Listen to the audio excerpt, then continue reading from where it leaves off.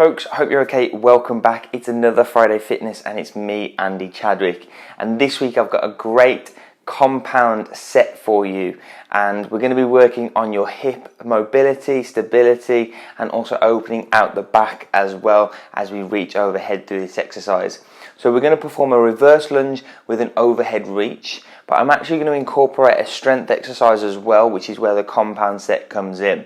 So to begin with, just the mobility portion of this week, we're going to take a reverse lunge. So standing nice and tall, keeping the core engaged, I'm going to reverse lunge back, and as I reach back with my back foot, I'm going to take my arms up into the air simultaneously.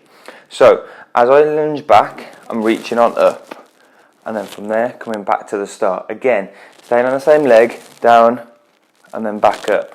As you'll see here from a side view, as I lunge back, I'm lengthening out through my back. I'm getting a good stretch. If I switch the legs, as I lunge down, I reach back. I'm getting a good stretch through the front of the hip. I'm opening out and creating that range of motion through the hips, and I'm stretching out the back up to the shoulder. Okay, and then back to the start. Again, nice and controlled, down, get that reach behind, stretch through the hip and stretch through the back as well. With this exercise, to warm up, 5 to 10 reps on each leg is going to be great. You're going to feel a great stretch through the back.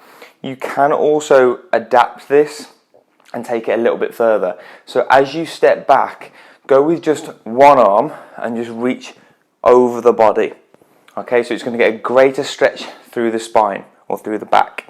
As we lunge back, reach over and across the body, and we're going to get a deeper stretch through that trunk section, and then back to the top.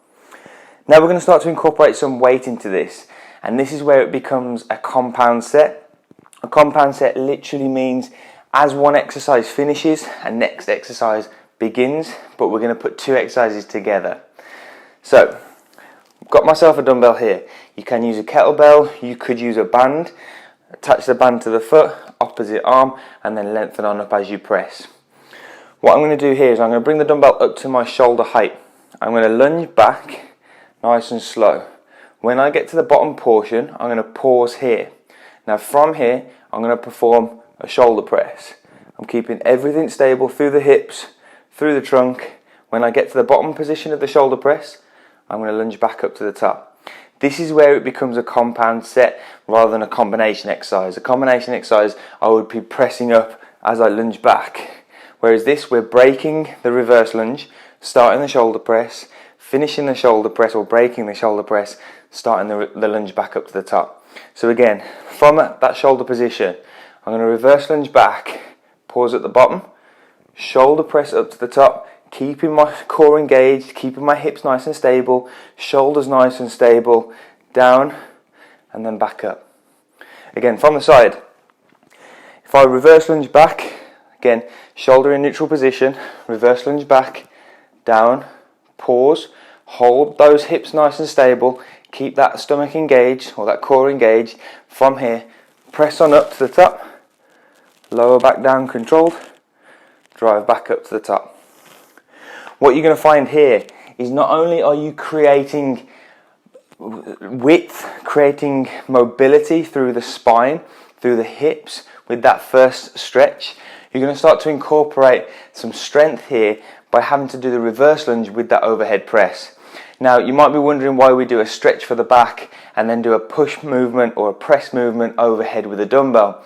And actually the lats play a big part in overhead pressing. So we want to make sure that the lats are nice and mobile, or the shoulder is nice and mobile, so when we press we're not limiting range of motion or creating any restrictions through that movement.